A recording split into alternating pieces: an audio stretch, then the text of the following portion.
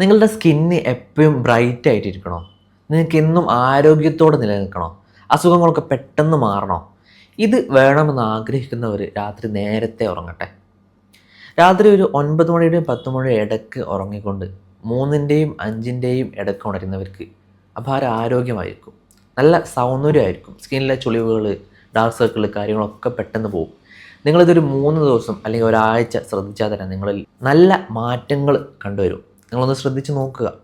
പലരും ഇന്ന് രാത്രി ഡാറ്റ തീർന്നിട്ടില്ല, ഒരു 500 MB കൂടി ഉണ്ട് എന്ന് പറഞ്ഞിട്ട് അത് തീരാത്ത വിഷമത്തിൽ 12 മണിയായാൽ അത് പോയി പോകുമല്ലോ, അതിൻ്റെ വിഷമത്തിൽ അത് തീർക്കാൻ വേണ്ടി കഷ്ടപ്പെടുകയാണ്. എന്നിട്ട് സ്ക്രോൾ ചെയ്ത് നേരം കളയാം.